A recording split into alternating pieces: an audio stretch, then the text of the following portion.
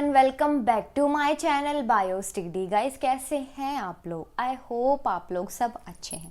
आज हम 10th class का चैप्टर नंबर 1 करने वाले हैं, जिसका नाम है केमिकल रिएक्शंस एंड इक्वेशंस।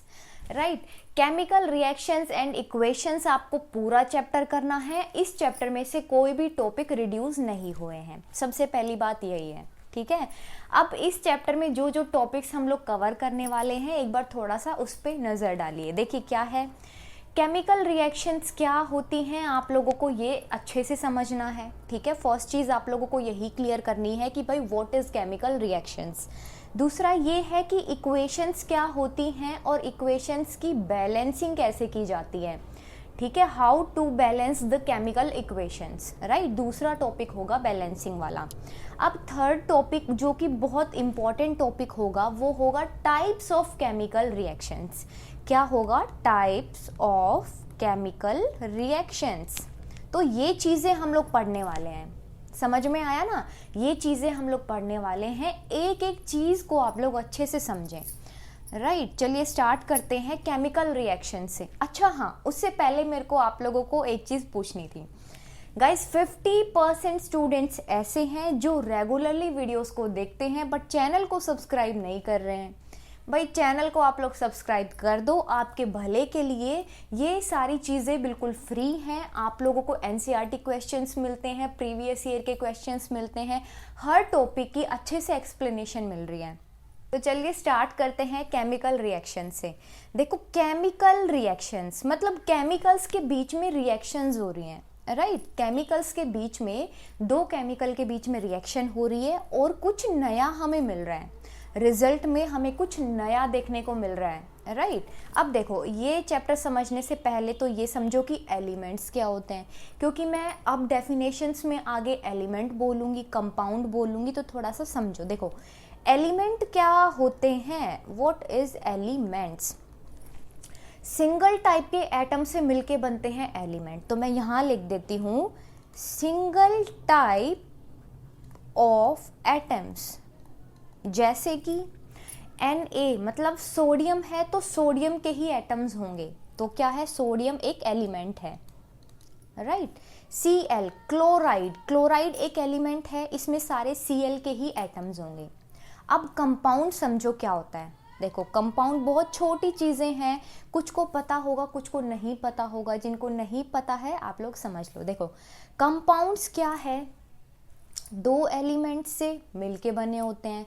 जैसे कि यहाँ पे मैं बोल दूँ Na प्लस में Cl, that is NaCl, sodium chloride.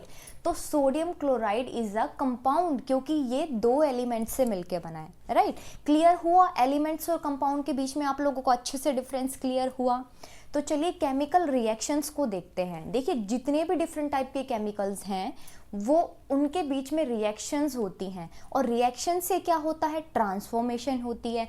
भाई, कोई भी आप देखो, कोई भी आप दो एलिमेंट उठाओ, रिएक्शन करवा के देख लो। आप लोग रिएक्शन करवाओगे तो क्या देखोगे कि लास्ट में जो रिजल्ट मिला है वो ट्रांसफॉर्म्ड होके मिला है हमें। ठीक है, जो एग्जैक्टली आप लोगों के केमिकल्स थे वो नहीं है, रिजल्ट में कुछ ट्रांसफॉर्मेशन देखने को मिली है, कुछ चेंज देखने को मिला है। Right, the transformation of the chemical substance, chemical substance की ट्रांसफॉर्मेशन होना मतलब चेंज होना इनटू अनदर केमिकल सब्सटेंस। पहले A था, A प्लस में B मिलके बना है AB, तो ये क्या है? अपना रिजल्ट है। राइट, यहाँ पे ये था सिंगल A सिंगल B, और मिलके इनके बीच में रिएक्शन हुई है और हमें AB मिला है। तो ये इसको बोलते हैं हम लोग केमिकल रिएक्शंस। जैसे कि रस्टिंग ऑफ आयरन, लोहे पे जंग लगना, आयरन ऑक्साइड बन जाती है। देखो क्या हुआ, आपके पास में है आयरन की कोई रोड।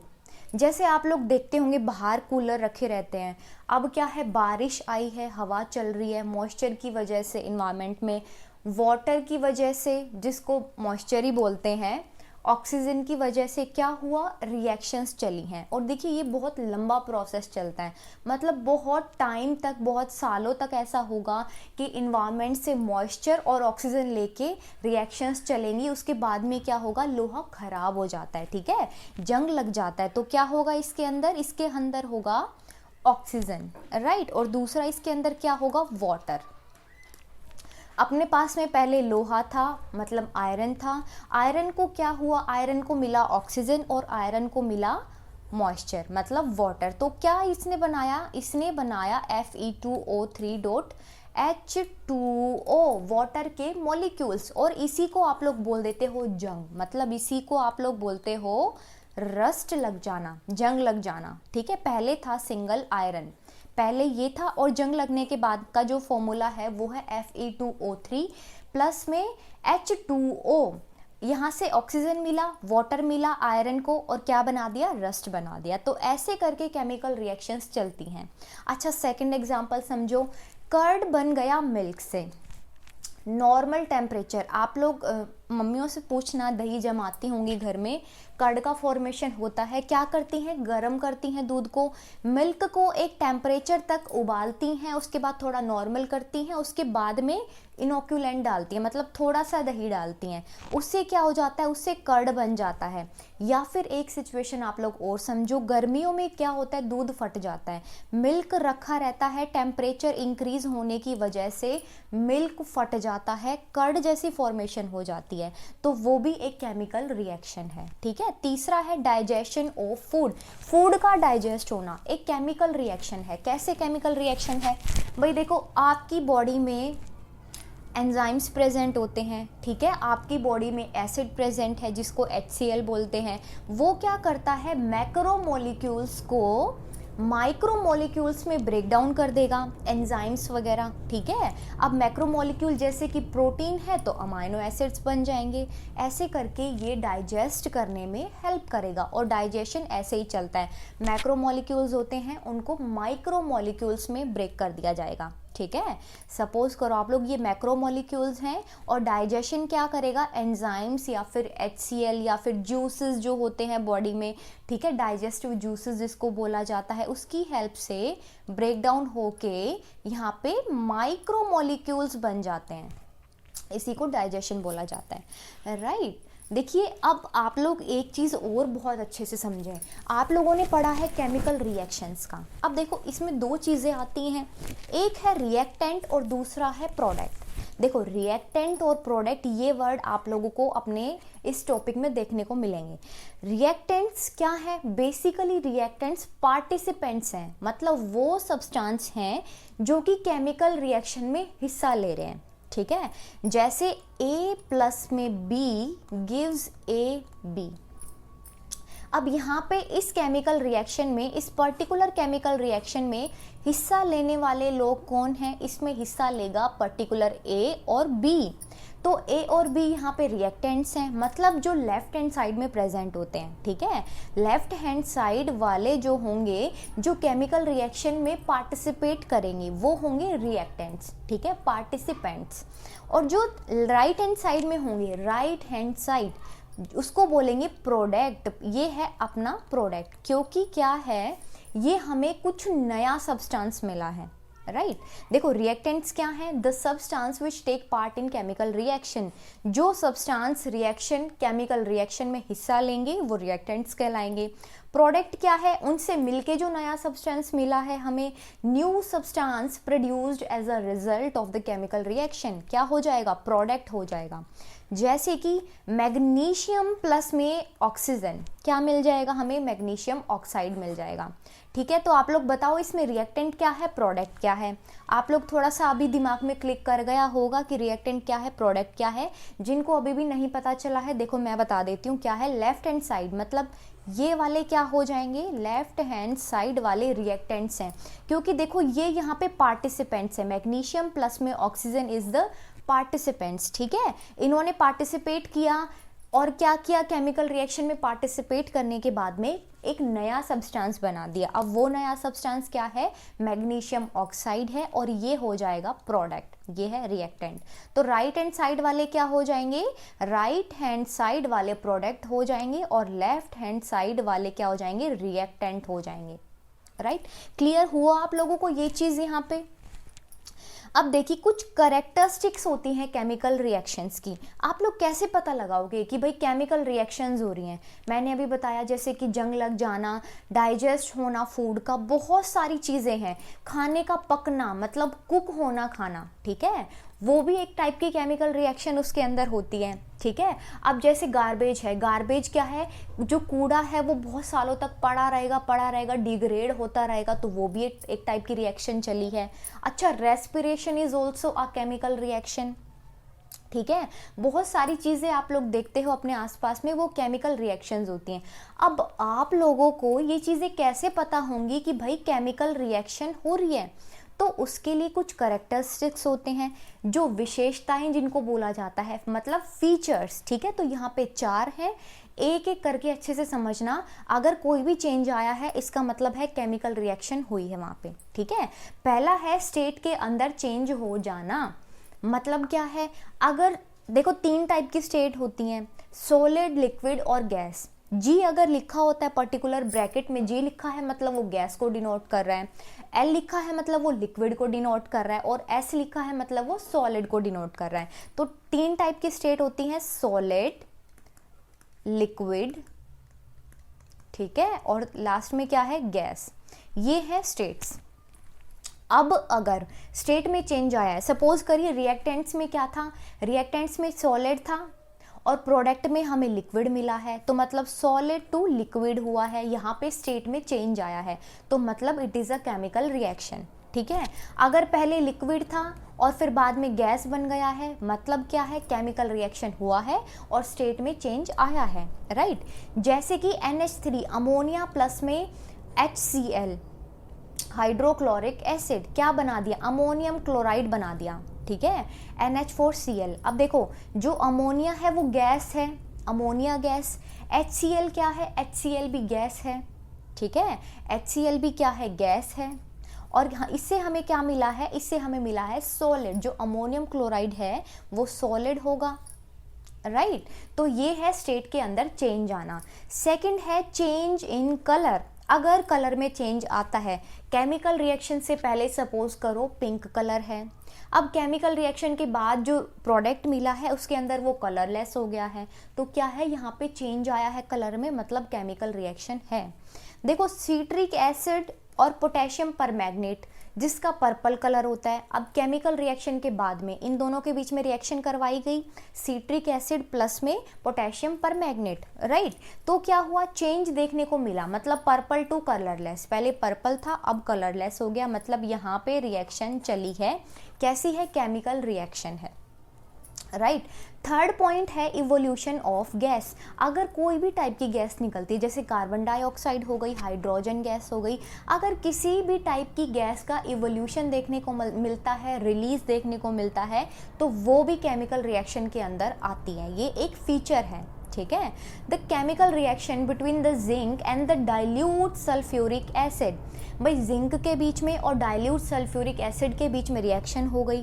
रिएक्शन होने के बाद में क्या देखने को मिला? देखो जिंक था और यहाँ पे H2SO4 है, डाइल्यूट सल्फ्यूरिक एसिड है, और हमें इसके प्रोडक्ट्स क्या मिले हैं?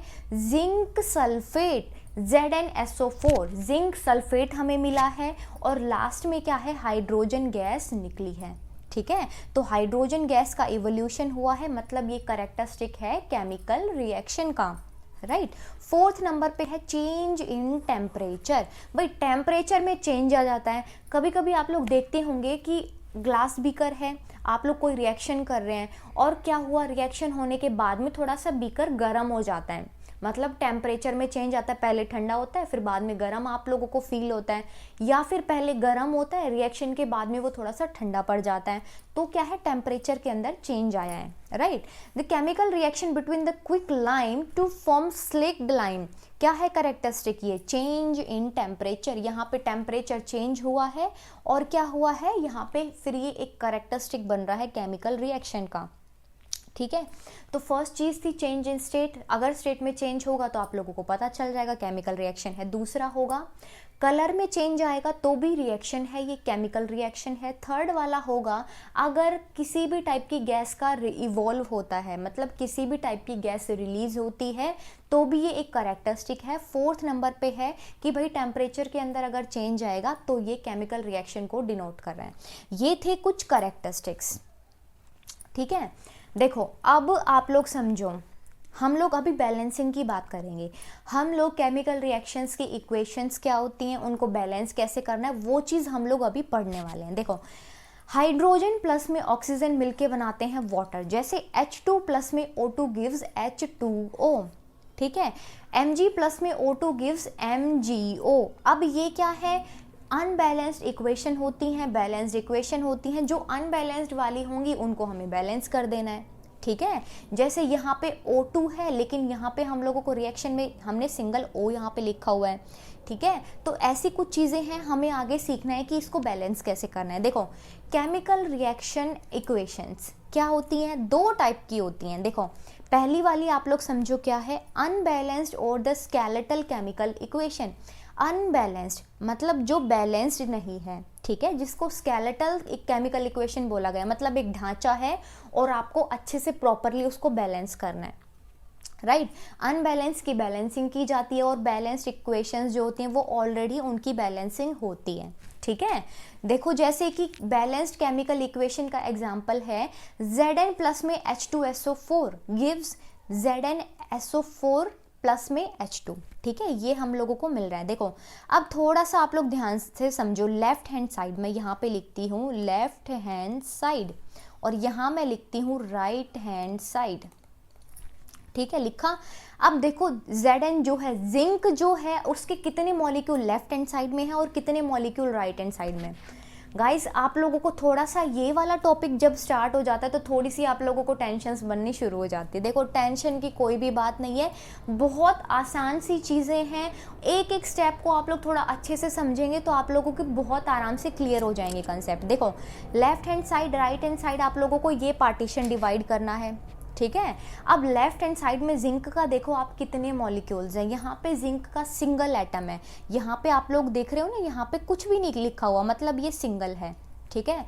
राइट हैंड साइड में देखो भाई यहाँ पे भी कुछ नहीं लिखा हो तो यहाँ पे भी ये सिंगल है, मतलब जिंक यहाँ पे बैलेंस है। अब देखो H2 का मॉलिक्यूल देखो, H2 यहाँ पे 2 मॉलिक्यूल्स हैं तो राइट हैंड साइड में कितना होगा, राइट हैंड साइड में भी भाई ये 2 ही है तो ये भी बैलेंस है।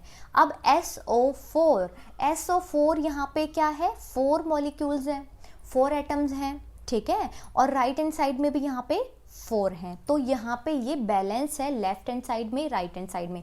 जितने भी यहाँ पे आप लोग एलिमेंट्स देख रहे हो उनको पहले अच्छे से ऑब्जर्व करो, left hand side right hand side दोनों देखो कि उनके कितने कितने एटम्स प्रेजेंट हैं, राइट। अब देखो अनबैलेंस वाली देखो आप लोग एक बार नज़र डालो इस पे एग्जाम्पल पे, Fe प्लस में H2O, Fe प्लस में H2O। Left hand side right hand side मैंने कर दिया है, आप लोग थोड़ा सा मुझे आइडिया दो कि भाई यहाँ पे क्या है, मतलब यहाँ पे अनबैलेंस्ड इक्वेशन कैसे है। देखो आयरन का यहाँ पे सिंगल मॉलिक्यूल है क्योंकि आयरन के आगे कुछ नहीं लिखा हुआ, ठीक है। यहाँ पे देखो ये सिंगल मॉलिक्यूल है, जबकि राइट हैंड साइड में तो Fe के पास में 3 है, Fe के पास में 3 एटम है यहाँ पे, ठीक है। और right hand side left hand side में यहाँ पे सिंगल था तो यहाँ पे एक तरफ में तो 1 प्रेजेंट है लेकिन दूसरी तरफ में यहाँ पे 3 है तो हो गई ये अनबैलेंसिंग है इसकी, ठीक है। इसको हमें बैलेंस करना पड़ेगा। अच्छा दूसरी चीज़ और देख लेते हैं, H2 के पास में कितने मॉलिक्यूल्स हैं, H2 के पास में 2 हैं तो यहाँ पे राइट हैंड साइड में मतलब हम लोगों ने यहाँ पे 2 लगा दी। चलो H2 तो भाई यहाँ पे बैलेंस है अपना, ठीक है। ऑक्सीजन यहाँ पे सिंगल था लेकिन राइट हैंड साइड में ऑक्सीजन के पास में 4 है, ये कैसी बात हुई, एक तरफ में 1 है और दूसरी तरफ में 4 है तो ये है अनबैलेंस्ड इक्वेशन, इसको करना है बैलेंस, राइट। समझ में आया ना किन इक्वेशंस की बैलेंसिंग की जाती है। अगर right hand side left hand side दोनों के मिला के सारे एलिमेंट्स के मॉलिक्यूल्स गड़बड़ कर रहे हैं, मैच नहीं खा रहे हैं तो मतलब वो अनबैलेंस्ड इक्वेशन है। देखो ये थी इक्वेशन, मैंने अभी बताया क्यों है ये अनबैलेंस्ड इक्वेशन, क्योंकि आयरन के मॉलिक्यूल यहाँ पे एक है, यहाँ पे 3 है, ऑक्सीजन यहाँ पे सिंगल है, यहाँ पे 4 है, हाइड्रोजन तो चलो यहाँ पे बैलेंस है, बट स्टिल 2 एलिमेंट्स यहाँ पे नहीं है बैलेंस। देखो बैलेंसिंग कैसे करते हैं, स्टेप्स को समझना आप लोग क्या करोगे, सबसे पहला स्टेप यही होगा कि आप लोग इनको बॉक्सेस में डाल लोगे। बॉक्सेस में क्यों डाला, इनको बॉक्सेस में क्यों डाला, ताकि आप लोगों को कोई भी टाइप की कंफ्यूजन ना हो, ठीक है, कोई भी टाइप की कंफ्यूजन ना हो, इसलिए आपने बॉक्सेस को ड्रॉ किया, ठीक है। सिर्फ बॉक्सेस बनाने हैं, कुछ भी चीज़ चेंज नहीं करनी। पहला चीज़ कंसेप्ट क्लियर हुआ, आप लोगों ने बॉक्सेस यहाँ पे बना लिए। अब आप लोगों को क्या करना है कि आप लोगों को number of atoms of element लिखने हैं। मतलब क्या है, जो left hand side right hand side वाला कंसेप्ट मैंने बताया था ना, यहाँ पे लिखो आप लेफ्ट हैंड साइड और यहाँ पे आप लोग लिखो राइट हैंड साइड। अब नंबर ऑफ एटम्स लिखो, चलो फटाफट से मुझे लिख के दिखाओ। सेकेंड स्टेप तो आप ही लोग करोगे। अब Fe था अपने पास में, Fe का यहाँ पे है सिंगल एटम और यहाँ पे है 3, ठीक है, चलो बहुत बढ़िया, Fe का यहाँ पे क्लियर हो चुका है। उसके बाद में H2 का हम लोग देखते हैं, यहाँ पे 2 है और यहाँ पे भी 2 है, ये भाई साहब तो बैलेंस है। ऑक्सीजन यहाँ पे सिंगल एटम है जबकि यहाँ पे 4 है, ठीक है, तो ये चीज़ आप लोगों को लिखनी है। सेकंड स्टेप में आप लोगों को यही चीज़ लिखनी है। देखो कितना आसान बना दिया है आप लोगों के लिए, मतलब बहुत आसान है ये, थोड़ा सा आप लोगों को ध्यान देना है। नंबर ऑफ एटम्स लिखे आप लोगों ने लेफ्ट हैंड साइड, जिसको रिएक्टेंट्स बोला जाता है। आयरन का लिखा तो आयरन का लेफ्ट हैंड साइड में 1 है, राइट हैंड साइड में 3 है, क्योंकि यहाँ पे फॉर्मूले के अंदर, ये इक्वेशंस के अंदर आप लोग देखो यहाँ पे 3 है। अच्छा, इक्वेशंस किसको बोलते हैं, थोड़ा सा आप लोग को मैं ये बता दूं। सिंबॉलिक फॉर्म में अगर हम किसी चीज़ को लिखते हैं या फॉर्मूले की फॉर्म में किसी चीज़ को हम लिखते हैं तो उसको इक्वेशंस बोला जाता है, ठीक है। तो ये अपने पास में क्या है, एक इक्वेशन है, राइट। फर्स्ट और सेकंड स्टेप आप लोगों को क्लियर हो गया। ऐसे ही हाइड्रोजन का देखा, दो एटम्स थे। ऐसे ही ऑक्सीजन का चेक किया तो एक लेफ्ट हैंड साइड में 1 है जबकि राइट हैंड साइड में 4 हैं। तो यहाँ तक आप लोगों का स्टेप क्लियर हुआ। गाइज अगर आप लोगों को समझ में आ रहा है ना तो आप लोग लाइक कर दो वीडियो को, ठीक है, आप लोग लाइक कर दो वीडियो को। देखो थर्ड नंबर पे है, अब आप लोगों को क्या करना है, पीछे आप लोगों ने left hand side right hand side लिखा। अब आप लोग ये देखो कि मैक्सिमम नंबर ऑफ एटम कहाँ पे है, ठीक है। रिएक्टेंट में भी हो सकते हैं और वो प्रोडक्ट में भी हो सकते हैं। मैक्सिमम नंबर ऑफ एटम को आप लोगों को सबसे पहले उठाना है। अब मैक्सिमम नंबर ऑफ एटम तो भैया ऑक्सीजन के पास में ही है। मैक्सिमम नंबर ऑफ एटम किसके पास में है, ऑक्सीजन के पास में है। मैंने बोला रिएक्टेंट में भी हो सकता है, प्रोडक्ट में भी हो सकता है। तो यहाँ पे इसके पास में 4, ये 4 इसके पास में है, ठीक है।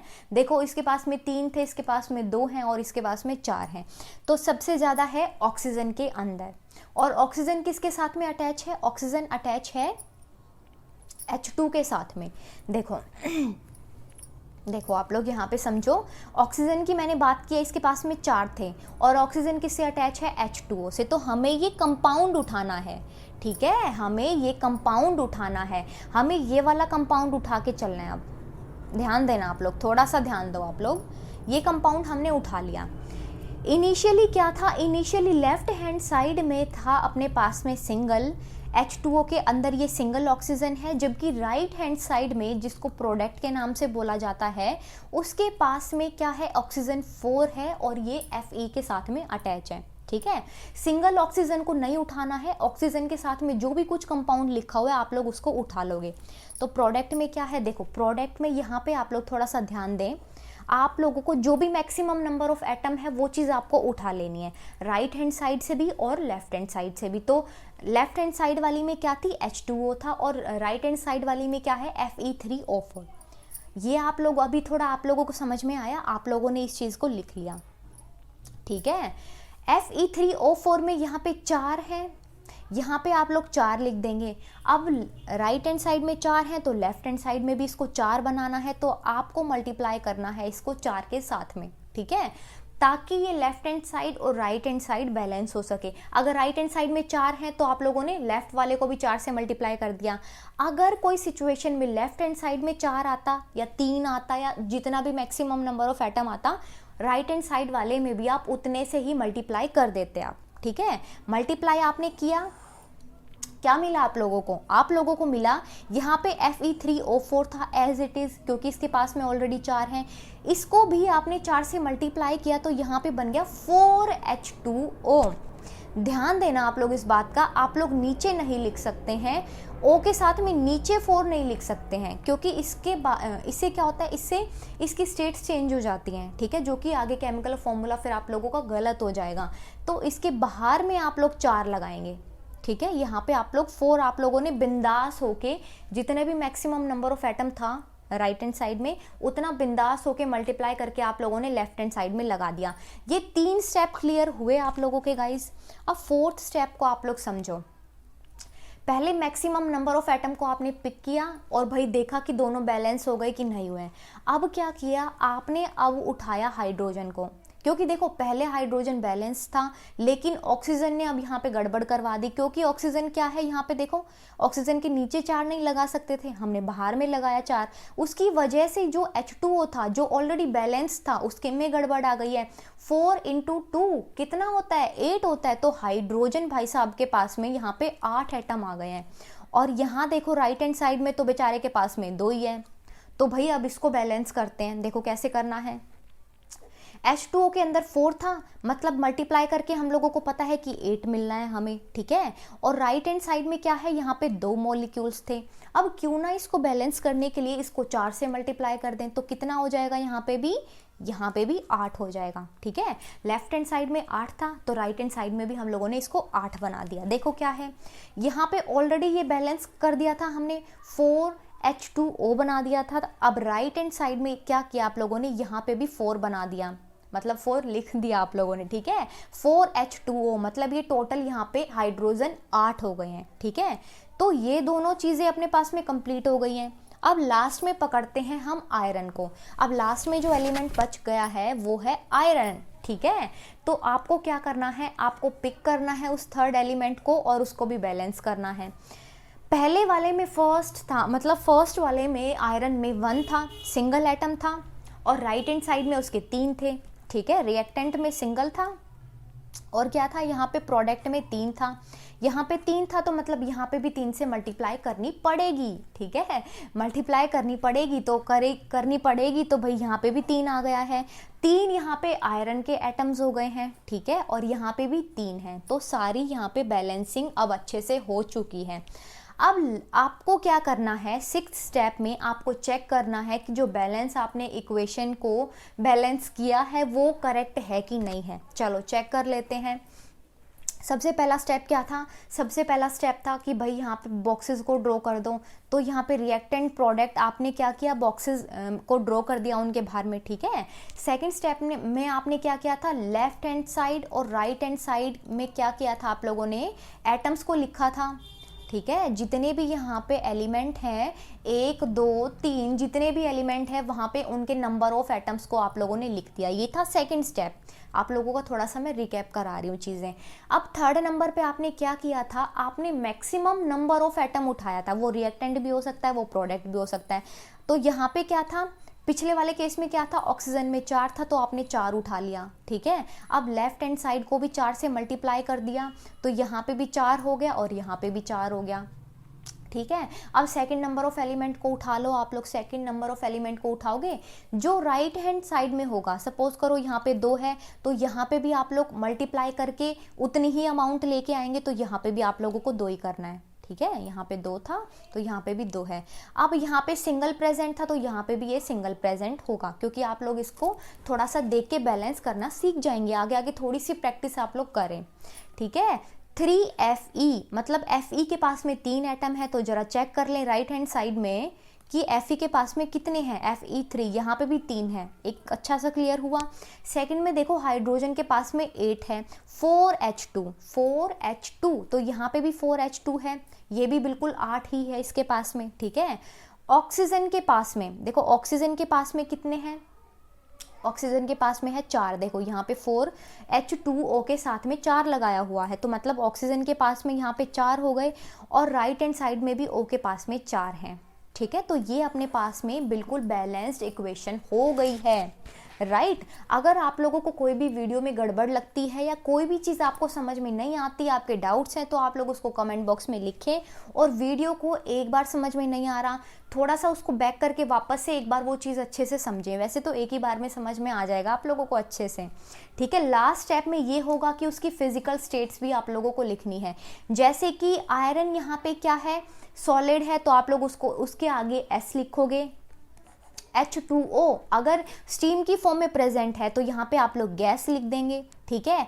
Fe3O4 यहाँ पे आप लिख दोगे सॉलिड, और H2 तो ऑलरेडी गैस होती है। देखो अगर H2O के आगे G लिखा हुआ है ना, तो आप लोग समझ जाना कि भाई यहाँ पे स्टीम की बात चल रही है, मतलब जो यहाँ पे H2O प्रेजेंट है वो स्टीम की फॉर्म में प्रेजेंट है, ठीक है, इसीलिए इसको गैस लिखा गया है। अब देखो मोस्ट इम्पॉर्टेंट, इस चीज़ को ना आप लोग अच्छे से समझोगे क्योंकि ये बहुत इंपॉर्टेंट है। हालांकि बैलेंसिंग वाला जो टॉपिक था वो भी बहुत इंपॉर्टेंट था, लेकिन ये जो टॉपिक है इसके अंदर से मैक्सिमम नंबर ऑफ क्वेश्चंस बनते हैं।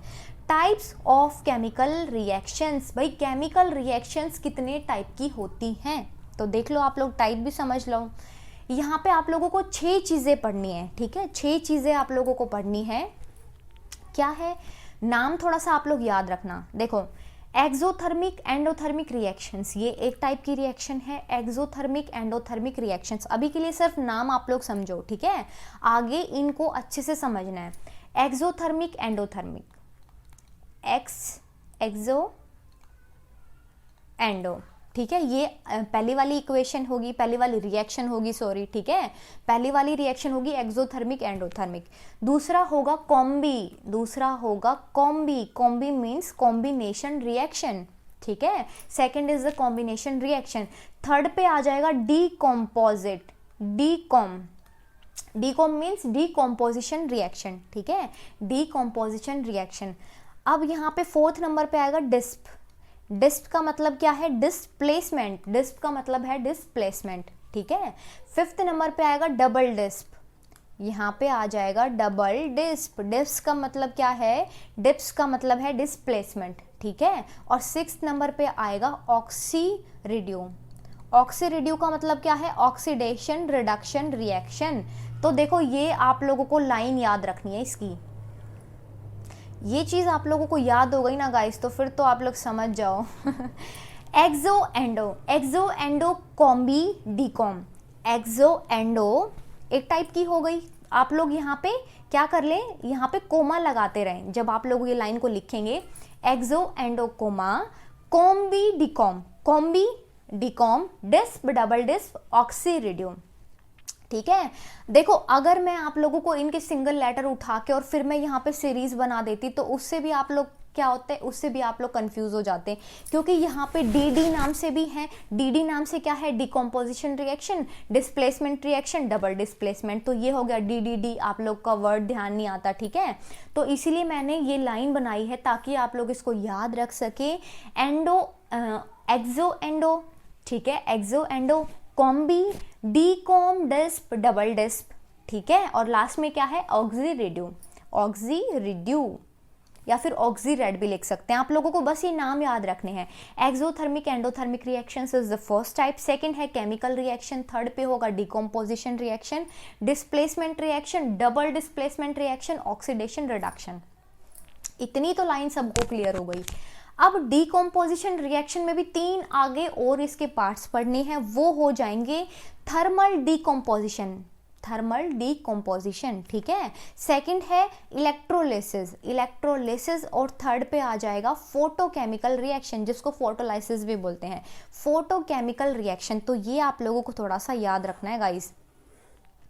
जो टेम्परेचर से हो मतलब थर्मल डीकम्पोजिशन होगा। देखो डीकम्पोजिशन को कैसे याद रखना है, 3 टाइप इसकी कैसे याद रखनी है, टेम्परेचर होगा तो मतलब थर्मल है, इलेक्ट्रिसिटी पास की गई है मतलब इलेक्ट्रोलिसिस है। अब फोटोकेमिकल मतलब क्या है, अगर लाइट दी गई है, लाइट भी कैसी, सनलाइट दी गई है, सनलाइट देने पे जो रिएक्शन चलती है वो फोटोकेमिकल रिएक्शन हो गई। तो 3 वर्ड्स क्या याद रखने हैं यहाँ पे, आपको याद रखना है टेम्परेचर, इलेक्ट्रिसिटी, ठीक है, इलेक्ट्रिसिटी, और दूसरा मतलब तीसरा क्या होगा, सनलाइट। तो सनलाइट, ऐसे करके ये आप लोगों को 3 वर्ड्स याद रखने हैं बस, उसी से आप लोगों को समझ में आएगा कि डिकम्पोजिशन रिएक्शन में क्या क्या है आगे, ठीक है। अब ऑक्सीडेशन के अंदर हम लोगों को दो चीज़ें देखनी है, ऑक्सीडेशन के इफेक्ट्स में देखनी है, वो हो जाएगा कोरिजन एंड द रेंसिडिटी, ठीक है। इसमें हो जाएगा कोरिजन एंड द रेंसिडिटी। ये लास्ट के टॉपिक हैं, तो वैसे भी ये लोग जनरली भूलते नहीं हैं, ठीक है। कोरिजन रेंसिडिटी 2 मार्क्स के क्वेश्चन में पूछ लिया जाएगा। आप लोग थोड़ा सा इसको अच्छे से समझें, या फिर जो इसकी रिएक्शन है, मतलब जो इसकी इक्वेशन है, वो भी ऑब्जेक्टिव टाइप में 1 मार्क्स में ये पूछ ली जाएगी। तो थोड़ा सा इसको भी ध्यान से समझना है आप लोगों को। 1 बाय 1 करके अच्छे से आप लोग ध्यान दें इस बात पे। देखिए, कॉम्बिनेशन रिएक्शन, कॉम्बिनेशन का मतलब है कुछ कंबाइन हो रहा है यहाँ पे, ठीक है। और हम तो बात ही रिएक्टेंट की कर रहे थे, हम तो बात ही सब्सटेंसेस की कर रहे थे। तो यहाँ पे 2 सब्सटेंस मिलके कुछ नया प्रोडक्ट बना रहे हैं, ठीक है। यहाँ पे कोई 2 सब्सटेंस मिलके नया प्रोडक्ट बना रहे हैं। अब जो 2 सब्सटेंस मिले थे उनको रिएक्टेंट बोला है, जो हमें लास्ट में मिला है वो प्रोडक्ट हो जाएगा, ठीक है। तो डेफिनेशन देखो, जैसे मैंने डेफिनेशन लिखी हुई है एज इट इज़ आपको ऐसे ही लिखनी है। और ये आपको टेलीग्राम चैनल पे नोट्स मिल जाएंगे, आप लोग वहाँ से इसको देख के अच्छे से पढ़ लें। देखो, वो रिएक्शन जिसके अंदर 2 या 2 से ज़्यादा रिएक्टेंट्स कंबाइन करते हैं, ठीक है, कंबाइन किया और उसके बाद में एक प्रोडक्ट बना दिया। 2 या 2 से ज़्यादा कंबाइन करके रिएक्टेंट्स कंबाइन करेंगे और एक प्रोडक्ट बना देंगे, ठीक है। जैसे आप सपोज करें कि आपके पास में 2 पैकेट्स हैं। अब दोनों पैकेट्स को क्या आपने खोला, मतलब चिप्स के पैकेट हैं या किसी भी चीज़ के पैकेट हैं, आपने उनका सामान, मतलब आपके पास में 2 थे, उसके बाद में आपने उन दोनों का सामान निकाल के एक सिंगल पैकेट में शिफ्ट कर दिया। अब जो वो सिंगल पैकेट होगा वो प्रोडक्ट होगा, और जो पहले वाले 2 थे जो आप लोगों ने मतलब कंबाइन करने से पहले जो थे वो रिएक्टेंट थे, ठीक है। जैसे कि A प्लस में B, यहाँ पे 2 रिएक्टेंट हैं, ये अपने पास में है गाइस रिएक्टेंट्स, ठीक है, और ये है अपने पास में प्रोडक्ट। अब आप लोगों को देखो डेफिनेशन में लिखा गया है कि एक यहाँ पे प्रोडक्ट मिलता है, तो प्रोडक्ट यहाँ पे एक ही है, ठीक है, और यहाँ पे 2 रिएक्टेंट है। ये क्लियर हुआ, इसी को कॉम्बिनेशन रिएक्शन बोलते हैं। एग्जाम्पल देखो, Mg प्लस में O, यहाँ पे 2 रिएक्टेंट मिलके एक प्रोडक्ट बना रहे हैं MgO, ठीक है। सेकंड में देखो, बर्निंग ऑफ कोल में C प्लस में O2, मतलब कार्बन प्लस में O2 मिलके बनाएगा CO2, जो कि एक गैस होगी, ठीक है। थर्ड रिएक्शन में देखो, 2H2 प्लस में O2 मिलके देगा वाटर, 2H2O। तो यहाँ पे ये सारे हैं प्रोडक्ट्स, ये सारे प्रोडक्ट हैं, जबकि ये सारे हैं रिएक्टेंट, ये सारे हैं रिएक्टेंट्स, ठीक है, कंबाइन होके प्रोडक्ट दे रहे हैं। वही था कॉम्बिनेशन रिएक्शन। अब सेकंड नंबर पे है अपने पास में decomposition reaction. Decomposition reaction second number पे समझो, डीकम्पोजिशन रिएक्शन क्या होती है। वो रिएक्शन जिसके अंदर एक कंपाउंड डीकम्पोज होता है। देखो, डीकम्पोज होने का मतलब क्या है, डिग्रेड होना। और डिग्रेड भी क्या होगा, जैसे कि पहले बाहर बहुत सारा कूड़ा पड़ा हुआ था, ठीक है, और 5-6 साल मतलब 5, 6, 7, 8 सालों बाद, बहुत सालों बाद आपने देखा तो वो कूड़ा क्या है, डिग्रेड होने लग गया है, ठीक है, और डिग्रेड होके उसका खाद बनना शुरू हो गया है। तो बहुत सारा कुछ था पहले और वो बाद में फिर डिग्रेड हुआ है, मतलब वो ब्रेक डाउन हुआ है, ठीक है। तो यहाँ पे ब्रेक डाउन चलता है, डिकम्पोजिशन में मेनली ब्रेक डाउन चलता है, ठीक है। तो एक कंपाउंड था, कंपाउंड एलिमेंट से मिलके बना होता है, जैसे कि NaCl, ये एक कंपाउंड है, ठीक है, Na और Cl एलिमेंट से ये मिलके बना है, राइट। एक कंपाउंड यहाँ पे डिकम्पोज होता है, 2 और मोर कंपाउंड्स और यू कैन से एलिमेंट। अब इसको यहाँ पे डिकम्पोज करो, चलो डिकम्पोजिशन होगा इसका, तो यहाँ पे ये Na पॉजिटिव Cl नेगेटिव के अंदर ये डिकम्पोज हो जाएगा, ठीक है। तो यहाँ पे ये 2 एलिमेंट्स हैं। तो मतलब क्या है, बेसिकली यहाँ पे एक कंपाउंड डिकम्पोज होता है, या 2 या 2 से ज़्यादा यहाँ पे कंपाउंड या फिर एलिमेंट्स हम लोगों को मिलते हैं, ठीक है। मतलब ये कॉम्बिनेशन रिएक्शन जो थी ना, कि यहाँ पे 2 छोटे छोटे आपको यहाँ पे रिएक्टेंट्स थे, वो मिलके आपको एक प्रोडक्ट दे रहे हैं। लेकिन यहाँ पे क्या है, ये बिल्कुल उल्टा चला है। यहाँ पे कुछ एक है और वो ब्रेक करके हमें 2 या 2 एलिमेंट से ज़्यादा मिलेंगे या कंपाउंड मिलेंगे, ठीक है। जैसे कि AB उल्टा चल गया ना, कॉम्बिनेशन रिएक्शन से उल्टा चल रहा है ये। AB क्या करेंगे, डिकम्पोज होके हमें A और B एलिमेंट्स देंगे, ठीक है, ये था। आप लोगों को ये लाइनें ना याद रखनी है, जब भी आप ये चीज़ पढ़ोगे तो पीछे वाली में भी था A प्लस में B गिव्स AB, तो ऐसे करके आप लोगों को याद आएगा ये कॉम्बिनेशन रिएक्शन है। ऐसे ही आपको ये चीज़ें याद रखनी है, ठीक है। AB वाली जो ये चीज़ है, ये जो लाइन है ना, ये आप लोगों को याद रखनी है। एग्जाम्पल आप लोग समझो क्या है। कैल्शियम कार्बोनेट CaCO3 जो कि सॉलिड होता है, अगर उसको हीट दी जाए, अगर टेम्परेचर बढ़ाया जाए तो CaO क्या हो जाएगा, क्विक लाइम इसको बोलते हैं, ठीक है, क्विक लाइम बोलते हैं इसको। और ये लास्ट में इसके पास में दूसरा एलिमेंट क्या है, अपने पास में दूसरा कंपाउंड है CO2, कार्बन डाइऑक्साइड, जो कि गैस है, ठीक है। CaCO3 को हीट दिया जाए तो CaO क्विक लाइम प्लस में कार्बन डाइऑक्साइड के अंदर ये ब्रेक हो जाएगा, ठीक है। तो यहाँ पे ये कंपाउंड था और ब्रेक होके हमें ये मिल रहा है, राइट। क्लियर हुआ आप लोगों को। सेकंड में है 2FeSO4, हीट किया तो हमें मिला Fe2O3, ठीक है, आयरन ऑक्साइड मिला। फिर क्या मिला हमें, SO2 मिला, और उसके बाद में लास्ट में क्या मिला, SO3 ट्राइऑक्साइड, ठीक है। SO2 SO3 हमें मिला है। तो कभी कभी क्या होता है, दो एलिमेंट मिल जाते हैं, कभी कभी दो से ज़्यादा एलिमेंट मिल जाते हैं, कभी कभी दो कंपाउंड मिल जाएंगे, कभी कभी दो से ज़्यादा कंपाउंड मिल जाएंगे, ठीक है। तो यहाँ पे दो से ज़्यादा मिल रहे हैं हमें, ठीक है। एक में मैंने 2 वाले का एग्जाम्पल दिया था, अब इसमें मैंने 3 का एग्जाम्पल दे दिया। 3 कंपाउंड हम लोगों को मिल रहे हैं, ठीक है, डीकम्पोज होके हमें 3 कंपाउंड मिल रहे हैं। Fe2FeSO4 को अगर हीट दिया जाए तो हमें मिलेगा Fe2O3 SO2 SO3, ठीक है, डाइऑक्साइड ट्राइऑक्साइड। डिकम्पोजिशन रिएक्शन में मैंने आप लोगों को बोला था कि 3 चीज़ें आप लोगों को पढ़नी है, टेम्परेचर पे, इलेक्ट्रिसिटी पे और सनलाइट पे। ये 3 चीज़ें मैंने आप लोगों को बोली थी, तो उन्हीं के पार्ट्स में अब डिस्कस करने वाली हूँ। देखो, थर्मल डिकम्पोजिशन का मतलब है टेम्परेचर, मतलब यहाँ पे टेम्परेचर की बात चल रही है। वो डिकम्पोजिशन किसी भी सब्सटेंस का अगर हीट किया जाए, मतलब हीटिंग होने पे सब्सटेंस का डिकम्पोजिशन होता है। जैसे AB था, A प्लस में B, अब अगर ये डिकम्पोजिशन हीट की वजह से हुआ है ना, तो भैया ये हो जाएगा थर्मल डिकम्पोजिशन, ठीक है। एग्जाम्पल समझो क्या है, PbNO3 ये देखो लेड नाइट्रेट का फॉर्मूला है ये। अगर इसको हीट करेंगे तो क्या हो जाएगा, lead oxide PbO plus dioxide और ऑक्सीजन हम लोगों को मिलेंगे इसमें। तो ये था गाइस थर्मल डिकम्पोजिशन। अब यहाँ पे सेकेंड टाइप इसमें देखो क्या है, इलेक्ट्रोलाइटिक डिकम्पोजिशन। इलेक्ट्रोलाइटिक डिकम्पोजिशन किसको बोला जाता है, अगर यहाँ पे इलेक्ट्रिसिटी का पास हुआ है, अगर इलेक्ट्रिसिटी पास हुई है और तब डिकम्पोजिशन हुआ है, ठीक है, तो वो हो जाएगा electrolytic decomposition. Reaction in which the compounds decompose into simpler compounds on passing electricity.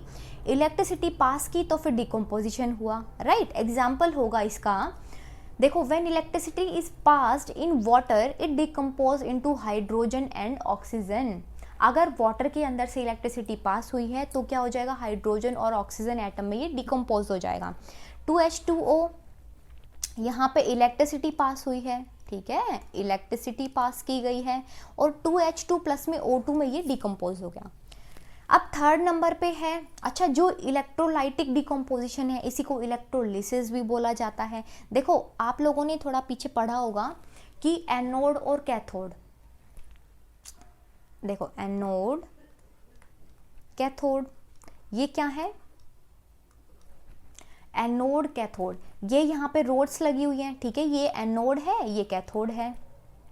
Positive negative ions को ये अपने ऊपर क्या करेंगी, अपोजिट आयंस को ये अट्रैक्ट करेंगी, ठीक है, अपोजिट आयंस को अट्रैक्ट करेंगी, और फिर क्या करेंगी, जब इलेक्ट्रिसिटी पास होगी तो अपोजिट आयंस को अट्रैक्ट कर लेंगी। जैसे क्या है, H2 H प्लस, ठीक है, H प्लस होगा, हाइड्रोजन प्लस, ऑक्सीजन नेगेटिव, तो ये अपोजिट आयंस को अट्रैक्ट कर लेती हैं। इलेक्ट्रोड जो है ये एनोड कैथोड, राइट। अब देखो इसके अंदर थर्ड क्या है, फोटोलिसिस और the photo decomposition. The reactions in which a compound decompose because of sunlight. देखो अगर सनलाइट की वजह से डिकम्पोजिशन देखने को मिला है ना, तो वो हो जाएगा फोटोलिसिस या फिर फोटो। फोटो का मतलब क्या है? फोटो का मतलब होता है लाइट, ठीक है। सनलाइट से अगर डिकम्पोजिशन हो रहा है तो फोटोलिसिस कहलाएगा वो। अब देखो अगर सिल्वर क्लोराइड को सनलाइट के अंदर रख देते हैं, अगर सिल्वर क्लोराइड को AgCl को अगर सनलाइट में रख दिया जाता है तो वो डिकम्पोज हो जाएगा सिल्वर मेटल में और क्लोरीन गैस के अंदर, ठीक है। आपकी बुक के अंदर ये एक छोटा सा यहाँ पे दिया हुआ है साइड में पिक्चर की सनलाइट पड़ रही है, यहाँ पे ये एक डिश के अंदर में रखा हुआ है, सिल्वर क्लोराइड हो सकता है वो, ठीक है, या फिर AgBr हो सकता है। तो वो इस कटोरी के अंदर या कोई भी टाइप के कुछ बर्तन के अंदर रखा हुआ है ये, ठीक है। और क्या क्या सनलाइट में यहाँ पे सनलाइट पड़ी है तो ये क्या कर जाएगा, Ag प्लस में Cl में ये डिकम्पोज हो जाएगा। अब ये टाइप का डिकम्पोजिशन कहलाएगा फोटोलिसिस, राइट। देखो ये टाइप का कहलाएगा फोटो डिकम्पोजिशन। अब थर्ड है इसमें डिस्प्लेसमेंट रिएक्शन। ये थर्ड मैंने क्या बताया था आप लोगों को, डिस्प्लेसमेंट रिएक्शन, ये थर्ड है। अब जो पहले वाला, इससे पहले वाला डिकम्पोजिशन पढ़ा था उसमें 3 थे, वो आप लोगों को अच्छे से क्लियर हो गया ना। अब थर्ड टाइप हम लोग देख रहे हैं केमिकल रिएक्शन का, डिस्प्लेसमेंट रिएक्शन। पहले डिस्प्लेसमेंट पढ़ेंगे, उसके बाद में डबल डिस्प्लेसमेंट पढ़ेंगे, ठीक है। देखिए वो chemical reactions in which more reactive elements displace a less reactive element, इसको सब्स्टिट्यूशन रिएक्शन भी बोला जाता है, मतलब डिस्प्लेस कर देना। अब आप खड़े हो, आपका फ्रेंड है, राइट, आप क्या हो, आप बहुत ज़्यादा रिएक्टिव हो, तो आप क्या करोगे, अपने फ्रेंड को डिस्प्लेस कर दोगे, उसको सब्स्टिट्यूट कर दोगे, तो वो कहलाएगा डिस्प्लेसमेंट रिएक्शन। जो ज़्यादा रिएक्टिव एलिमेंट होगा ना वो कम रिएक्टिव वाले को डिस्प्लेस कर देगा, सब्स्टिट्यूट कर देगा, ठीक है। ये कहलाएगा डिस्प्लेसमेंट रिएक्शन, या फिर इसको सब्स्टिट्यूशन रिएक्शन भी बोलते हैं। देखो कैसे समझो, ये वाली लाइनें जो मैंने लिखी है ना AB वाली, गाइज ये तो आप लोग अच्छे से रट लो। A प्लस में BC, A प्लस में BC हम लोगों को रिएक्शन के बाद में मिल रहा है AC प्लस में B। देखो अब जो A वाला है वो ज़्यादा पावरफुल है, ठीक है, ध्यान देना ये बहुत पावरफुल है गाइस, जो A वाला है वो बहुत पावरफुल है। तो A ने क्या किया, A ने C को अपने साथ में ले लिया और B को साइड कर दिया, B को डिस्प्लेस कर दिया, ठीक है। तो ये कहलाएगी डिस्प्लेसमेंट रिएक्शन। एग्जाम्पल समझो, जिंक जब रिएक्ट करता है HCl के साथ में तो क्या देता है, ये हाइड्रोजन गैस देता है और जिंक क्लोराइड देता है। देखो कैसे, जिंक प्लस में HCl, ठीक है, जिंक प्लस में HCl, A ये है BC, कुछ ऐसे टाइप की चल रही है रिएक्शन ये, ठीक है, जो अभी पीछे मैंने बताया था। अब ये ZnCl2, ZnCl2 का मतलब क्या है, AC और ये B है, H जो है वो B है, ये C है, ये A है, और ये क्या है, लास्ट में B वाले को इसने डिस्प्लेस कर दिया, तो हो गई ना ये डिस्प्लेसमेंट रिएक्शन। सेकंड है इसमें Zn, अगर रिएक्शन किया जाए कॉपर सल्फेट के साथ में CuSO4 के साथ में, तो ये ZnSO4 देगा और Cu देगा। वापस से वही करो, A B और C, ठीक है, ABC कॉपर और ये सल्फेट। देखो क्या किया, ZnSO4, ये क्या किया इसने, A और C साथ में जुड़ गए हैं, AC ZnSO4, B को इसने साइड कोने लगा दिया, तो ये है यहाँ पे B। तो ये है गाइस डिस्प्लेसमेंट रिएक्शन। अब फोर्थ नंबर पे है अपने पास में डिस्प्लेसमेंट रिएक्शन का डबल टाइप कर देना, मतलब डबल डिस्प्लेसमेंट रिएक्शन यहाँ पे 2 बार हो रही है, ठीक है। जैसे पीछे क्या था, ABC वाला टाइप था, अब इसमें क्या है, AB और क्या है CD, ऐसे है, ठीक है। चलो डेफिनेशन आप लोग एक बार अच्छे से देखो, reaction in which ions are exchange between the two reactant forming the new compound are called double displacement reaction. Guys एक मिनट आप लोग रुको, देखो, हाँ, रिएक्शन जिसके अंदर आयन एक्सचेंज होते हैं, ठीक है, between the two reactants forming new compound are called double displacement reaction. Reactants हैं, ठीक है, रिएक्टेंट्स के बीच में यहाँ पे एक्सचेंजमेंट चल रहा है आयंस का। अब हमें जो नया प्रोडक्ट मिलेगा ना, नया जो कंपाउंड मिलेगा वो होगा डबल डिस्प्लेसमेंट रिएक्शन का छोटा सा रिजल्ट, ठीक है, मतलब छोटा सा नहीं, रिजल्ट ही मिलेगा इसका फाइनली, ठीक है। जैसे AB था, ये वाली फिर से याद करनी है आप लोगों को, AB प्लस में CD, कुछ ऐसे है AB प्लस में CD, तो क्या होगा, ए का डिस्प्लेसमेंट, जो सी का डिस्प्लेसमेंट है डी को छोड़ के ये ए के साथ में आ जाएगा ए सी, और बी वाला बी डी, ठीक है। ए का चला जाएगा सी के साथ में और बी का चला जाएगा डी के साथ में, ठीक है। ये डिस्प्लेस कर देंगे, बेसिकली सी के साथ में तो डी है ना, तो उसको डिस्प्लेस कर दिया है और ए के साथ में सी आ गया है, ठीक है। अब बी क्या है, बी डी के साथ में चला गया जबकि वो ए के साथ में था। अब देखो, when solution of the barium chloride react with the solution of the sodium sulphate, अगर बेरियम क्लोराइड का सोडियम सल्फेट के साथ में रिएक्शन होता है, देखो बकायदा मैंने ये लाइनें लिखी हुई हैं ताकि जब भी आपको ये नोट्स की ज़रूरत पड़ेगी टेलीग्राम चैनल से आप लोग इसको ले लेंगे, तो आप लोगों को जो ये रिएक्शंस मैंने लिखी हैं ये आप लोगों को समझ में आ जाए, क्योंकि अभी आप लोग ये वीडियो देख रहे हो, ठीक है। अभी के लिए आप लोगों को ये चीज़ें अच्छे से समझ में आ गई, लेकिन बाद में क्या होगा, आप लोग थोड़ा सा इसको देख के लाइन को कंफ्यूज हो जाओगे, यार किसकी रिएक्शन किसके साथ में हो रही है, तो मैंने ये लाइनें लिख दी हैं, ठीक है। BaCl2 बेरियम क्लोराइड का अगर रिएक्शन होगा सोडियम सल्फेट के साथ में तो क्या मिलेगा, ये हमें मिलेगा बेरियम सल्फेट मिलेगा, जो कि कैसा होगा, वाइट कलर का होगा, ठीक है। और उसके साथ में क्या मिलेगा, हमें सोडियम क्लोराइड मिलेगा। ABCD वाला कंसेप्ट आप लोग करके देखो। चलो आप लोगों को जो मैंने पीछे समझाया है ना उसी चीज़ को आप लोग करो यहाँ पे। चलो नोटबुक उठाओ और पेन लो। ABCD लिखा, A का C के साथ में चलेगा, यहाँ पे A का D के साथ में चल रहा है, ठीक है, क्योंकि यहाँ पे कंपाउंड क्या बन रहा है, सोडियम क्लोराइड बन रहा है, सोडियम क्लोराइड यहाँ पे कंपाउंड बन रहा है, तो यहाँ पे चलेगा A का D के साथ में, और Cl2 किसके साथ जाएगा, सोडियम के साथ में, क्योंकि NaCl ही बनता है बेसिकली, ठीक है, NaCl बनता है, ठीक है। अब अगर देखो आप लोग एक यहाँ पे छोटा सा ध्यान देना, अगर बेरियम सी के साथ में जा रहा है, मतलब ए अगर सी के साथ में जा रहा है, तो ये क्या कंपाउंड है, बेरियम सोडियम, ये कोई कंपाउंड ही नहीं बना, ठीक है। बेरियम सोडियम कोई कंपाउंड नहीं बना, इसीलिए बेरियम का क्या हो गया, डी के साथ में चला गया, मतलब सल्फेट के साथ में चला गया, तो ये क्या बनेगा, यहाँ पे बेरियम सल्फेट बन गया है, बेरियम सल्फेट बन गया है, ठीक है।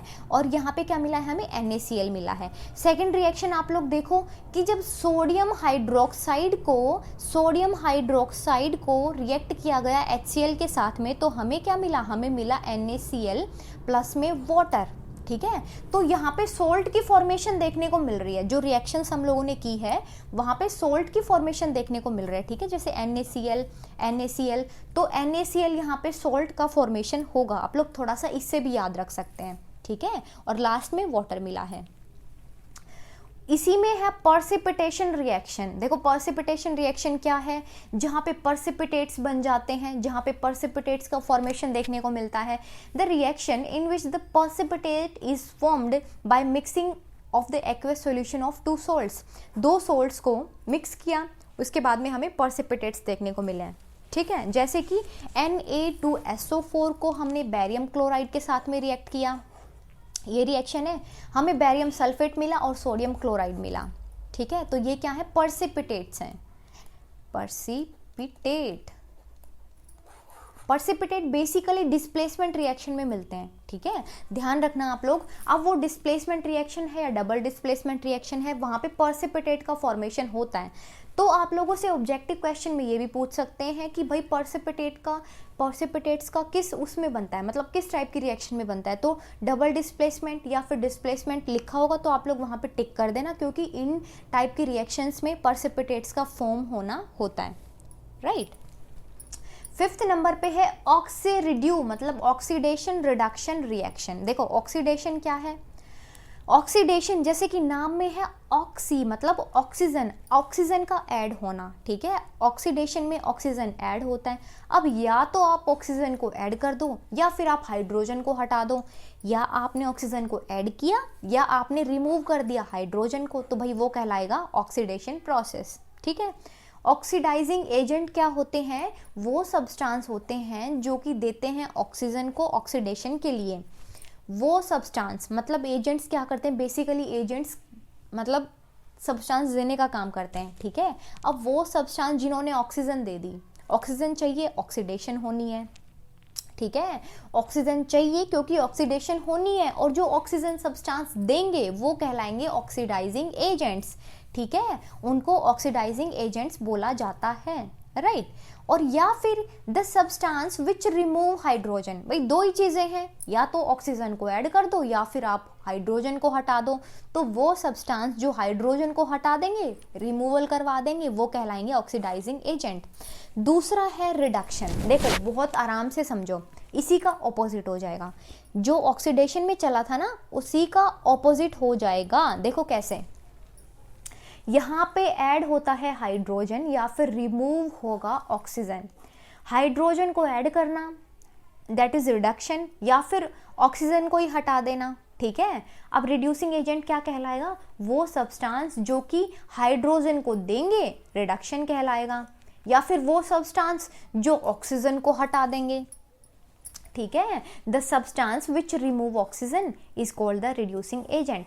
अब एक चीज को आप लोग पकड़ लो, या तो आप ऑक्सीडाइजिंग एजेंट को पकड़ लो, मतलब ऑक्सीडेशन को पकड़ लो, या फिर आप रिड्यूसिंग को समझ लो। देखो ये है ऑक्सीडेशन, ये है रिडक्शन। मैं आप लोगों को समझाती हूँ। देखो ऑक्सीडेशन का मतलब है यहाँ पे ऑक्सीजन ऐड हो रहा है, ठीक है, ऑक्सीजन ऐड हो रहा है या फिर यहाँ पे हाइड्रोजन निकल रहा है, ठीक है, ऑक्सीजन ऐड हो रहा है या फिर हाइड्रोजन निकल रहा है, तो उल्टा क्या होगा, यहाँ से जो रिडक्शन प्रोसेस है ना वहाँ से ऑक्सीजन निकलेगा और हाइड्रोजन यहाँ पे आएगा।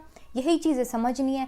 और एजेंट्स बेसिकली क्या है, वो सब्सटेंस हैं जो ऑक्सीजन को लेके आएंगे तो ऑक्सीडाइजिंग एजेंट कहलाएंगे, अगर हाइड्रोजन को लेके आएंगे तो रिड्यूसिंग एजेंट कहलाएंगे। ये चीज़ें हैं, ठीक है। अब देखो यहाँ पे इक्वेशन से समझो आप लोग, CuO प्लस में H2, Cu copper oxide plus में H2, अगर हीट किया गया तो हमें कॉपर मिला और H2O मिला, ठीक है। मैंने क्या बताया था, देखो ऑक्सीडेशन का समझते हैं पहले, ठीक है। ऑक्सीजन में क्या होगा, एडिशन होगा, एडिशन होगा गाइस किसका, ऑक्सीजन का, ठीक है, एडिशन ऑफ ऑक्सीजन। तो यहाँ पे H2 था और यहाँ पे H2O, O आ गया है, O आ गया मतलब ये ऑक्सीडेशन है, राइट। अब देखो CuO था, मतलब C के साथ में O था और यहाँ पे नहीं है, यहाँ पे खाली Cu है, यहाँ पे CuO था, left hand side right hand side कर लिया करो भैया आप लोग, ठीक है। CuO था यहाँ पे और ये Cu है, मतलब यहाँ से O हट गया है, हट गया है मतलब ये रिड्यूस हो गया है। हटना मतलब रिमूवल होना, रिमूवल ऑफ ऑक्सीजन क्या कहलाता है गाइस, रिडक्शन कहलाता है, ठीक है।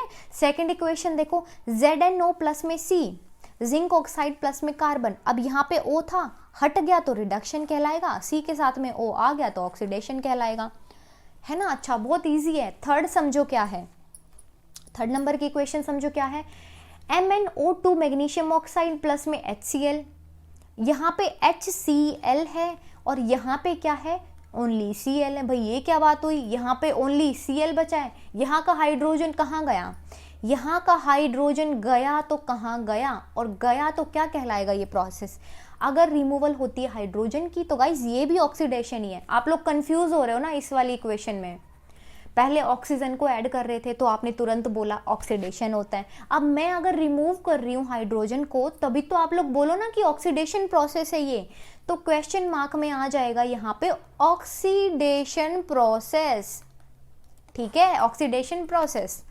MnO2 O है इसके साथ में, Mn के साथ में, यहाँ पे O हट चुका है, Mn के साथ में Cl2 है, हट चुका है O, तो O हट गया मतलब यहाँ पे रिडक्शन हुआ है, ठीक है। हाइड्रोजन का ऐड होना रिडक्शन कहलाता है, ऑक्सीजन का ऐड होना रिडक्शन कहलाता है, ऑक्सीजन का ऐड होना माफ करना ऑक्सीडेशन कहलाता है, ठीक है। तो आप लोग थोड़ा सा इस कंसेप्ट को अच्छे से समझ जाओ, और जो ये क्वेश्चन मार्क था ना ये आप लोग अच्छे से समझो इस वीडियो को। देखो वीडियो को तो अच्छे से समझ रहे हो आप लोग, लेकिन इस पर्टिकुलर चीज़ को समझो, यहाँ पे Cl है, यहाँ पे H है, अगर H भी हट रहा है, रिमूवल हो रहा है तो वो ऑक्सीडेशन कहलाएगा, राइट। 6 नंबर पे है exothermic endothermic reactions. Exothermic endothermic reactions क्या होती हैं समझो। देखो एक्सो का मतलब क्या है, निकलना, एक्सो का मतलब है रिलीज होना, ठीक है। एक्सो एक्सो एक्सो बाहर की तरफ में होता है, अब बाहर की तरफ में क्या होगा, जो रिलीज हो जाएगा। एंडो अंदर की तरफ में होता है, अंदर कौन होता है, जो एब्जॉर्ब हो जाता है, ठीक है। तो एक्सो के टाइम पे क्या है, रिलीज वर्ड याद रखना है। The reactions in which the heat is released along with the formation of product, भाई प्रोडक्ट बना है और हीट भी निकल गई, हीट का निकलना।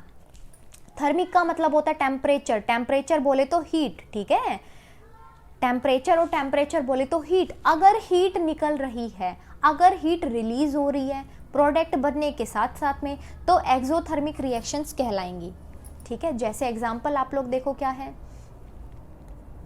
C6H12O6 ग्लूकोज का फॉर्मूला है, ठीक है, रेस्पिरेशन प्रोसेस है ये। 6O2 हीट, यहाँ पे क्या है, यहाँ पे ये एनर्जी जो लास्ट में आप लोगों को दिख रही है ना गाइज, ये हीट है in the form of energy. यहाँ पे ये ब्रेक डाउन हुआ है, मतलब ये हमें प्रोडक्ट मिला है। प्रोडक्ट क्या है, प्रोडक्ट है अपने पास में 6CO2 प्लस में 6H2O प्लस में एनर्जी, यहाँ पे हीट रिलीज हो रही है, मतलब एनर्जी क्या है, एनर्जी हीट है, राइट। सेकंड में है CaO क्विकलाइम प्लस में H2O, CaO2 मतलब क्या है, ये कैल्शियम हाइड्रोक्साइड, ये क्या है, इसके बाद में एनर्जी भी निकल रही है और ये अपने पास में प्रोडक्ट है, राइट। प्रोडक्ट बन रहा है और एनर्जी का निकलना is known as the exothermic reaction, right. Endothermic reaction देखो क्या है, a chemical reaction in which the heat energy is absorbed, मतलब एंडो में क्या वर्ड याद रखना है, एब्जॉर्ब्ड, एब्जॉर्ब नाम याद रखना है आप लोगों को, ठीक है। हीट एनर्जी अगर एब्जॉर्ब होती है कोई रिएक्शन में तो वो एंडोथर्मिक रिएक्शन कहलाती है। जैसे CaCO3 कैल्शियम कार्बोनेट, हीट यहाँ पे एब्जॉर्ब हुई है और क्विकलाइम बना है प्लस में CO2 बना है, ठीक है। हीट यहाँ पे एब्जॉर्ब होने के बाद में ये क्विकलाइम प्लस में CO2 का फॉर्मेशन हुआ है प्रोडक्ट में, राइट। अब देखो भाई, जो लास्ट के टॉपिक थे ना, ये अपना लास्ट का टॉपिक चल रहा है, फटाफट से इसको भी आप लोग समझ लो, ठीक है। Have you ever observe the effects of oxidation reaction in everyday life. Oxidation का मतलब बताओ, अभी रिकैप किया है आप लोगों ने, मैंने कितनी बार आप लोगों को बताया है कि यहाँ पे ऐड होता है भाई ऑक्सीजन, या रिमूव होगा, रिमूव हो जाएगा हाइड्रोजन, ठीक है। तो हमें क्या करना है, ऑक्सीडेशन रिएक्शन के क्या कुछ इफेक्ट्स होते हैं एवरीडे लाइफ में वो करने हैं डिस्कस, ठीक है। कॉरिजन देखो, सबसे पहला है word कॉरिजन, the process of the slow conversion of metals into their undesirable compounds due to the reaction with oxygen water acid bases। देखो कोई भी मेटल था, अब वो मेटल इन्वायरमेंट में है, जैसे कि मैंने आपको बताया है आयरन, आयरन क्या है, बाहर पड़ा हुआ है, अब बाहर उसको मॉइस्चर भी मिल रहा है, मतलब H2O भी मिल रहा है, ऑक्सीजन भी मिल रहा है, ठीक है। उसकी वजह से क्या हो जाएगा, उसका डिग्रेडेशन शुरू हो जाएगा, ठीक है, उसका डिग्रेडेशन शुरू हो जाएगा इनटू अनडिजायरेबल कंपाउंड्स। अब यही कहलाएगा कॉरिजन, मतलब अनडिजायरेबल कंपाउंड के अंदर धीरे धीरे धीरे धीरे कोई मेटल का चेंज होना ही कॉरिजन कहलाता है, ठीक है। अब क्या है यहाँ पे फैक्टर्स देखो, कॉरिजन के लिए जो फैक्टर्स हैं अफेक्ट करते हैं वो है oxygen, water, acids and gases, ठीक है। देखो इसमें जो कि प्रेजेंट होते हैं एटमॉस्फेयर में उनको कॉरिजन कहते हैं। जैसे रस्टिंग ऑफ आयरन, लोहे पे जंग लगना, देखो 4Fe ये है अपने पास में आयरन, आयरन को जैसे ही ऑक्सीजन और वाटर मिले ना गाइज, इसने तुरंत क्या किया, मतलब तुरंत नहीं, ये स्लो प्रोसेस होता है, बहुत टाइम बाद ये चीज़ें अगर इन्वायरमेंट में लोहा पड़ा हुआ है कांटेक्ट में आ रहा है ऑक्सीजन के और मॉइस्चर के, तो वो बना लेगा रस्ट, और रस्ट का फॉर्मूला होता है 2Fe2O3.XH2O, मतलब वाटर के मॉलिक्यूल्स यहाँ पे कितने भी हो सकते हैं, ठीक है। Fe2O3.H2O is the formula of the rust, ये जंग का फॉर्मूला है, जो बोलते हैं ना लोहे पे जंग लग गई है, वो उसी का फॉर्मूला है, ठीक है। यहाँ पे कुछ मेथड्स हैं जिनको आप प्रिवेंट, मतलब रस्ट लगने से प्रिवेंट किया जा सकता है। पेंटिंग देखा होगा हम लोग, कोई भी लोहे की चीज़ होती है, आपके दादा, आपकी नानी, मतलब जो भी बुजुर्ग लोग हैं, फैमिली में बड़े लोग हैं, वो क्या करते हैं, पेंट कर देते हैं वाइट कलर का, या कोई भी जो भी कलर आप लोगों को अच्छा लगता है वो उस कलर का पेंट कर दिया जाता है ताकि रस्टिंग ना हो, ठीक है। सेकंड है by greasing and the oiling, देखो ये चीज़ें बहुत चलती हैं, जो मेन गेट होता है उसको टाइम टू टाइम ग्रीस किया जाता है, टाइम टू टाइम ऑयलिंग की जाती है ताकि आपका मेन गेट जो लोहे का बना है वो जंग ना खाए, ठीक है। देखो इसमें सेकंड है, अब सेकंड जो इसके अंदर टॉपिक चल रहा है रेंसिडिटी, एक कॉरिजन करा हम लोगों ने, और लास्ट में क्या है, रेंसिडिटी क्या होती है।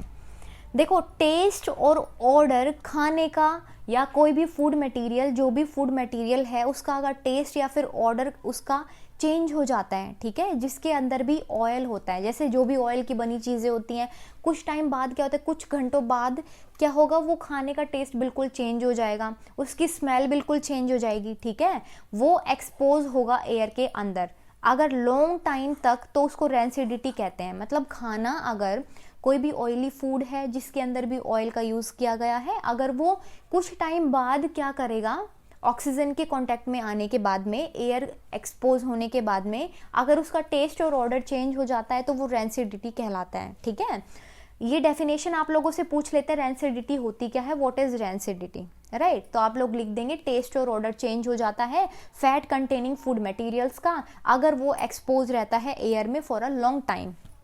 देखो इसके कुछ मेथड्स हैं प्रिवेंट होने के, मतलब इसको प्रिवेंट किया जा सकता है कुछ मेथड से, जैसे कि बाय एडिंग एंटीऑक्सीडेंट्स। अगर एंटीऑक्सीडेंट्स को यूज़ किया जाए तो रेंसिडिटी से हम लोग बच सकते हैं। जैसे कि नेचुरल एंटीऑक्सीडेंट्स कुछ हैं, एस्कॉर्बिक एसिड, सिट्रिक एसिड, अगर ये सब डालते हैं तो क्या हो जाएगा, प्रिवेंट कर सकते हैं रेंसिडिटी को। सेकंड है वैक्यूम पैकिंग। अगर वैक्यूम पैकिंग होगी तो एयर में एक्सपोज होने का कोई सवाल ही पैदा नहीं होता है, ठीक है, तो वैक्यूम पैकिंग। तीसरा है refrigeration of the food stuff. Food stuff को रेफ्रिजरेट किया जाता है, ठीक है। आप लोग देखते होंगे ना, जो ये मैकडी में जो टिक्की मिलती है, ठीक है, उसको भी रेफ्रिजरेट किया जाता है और फिर उसके बाद में उसको यूज़ किया जाता है। तो ये कुछ मेथड्स हैं जिससे बचा जा सकता है रेंसिडिटी जैसी प्रॉब्लम से।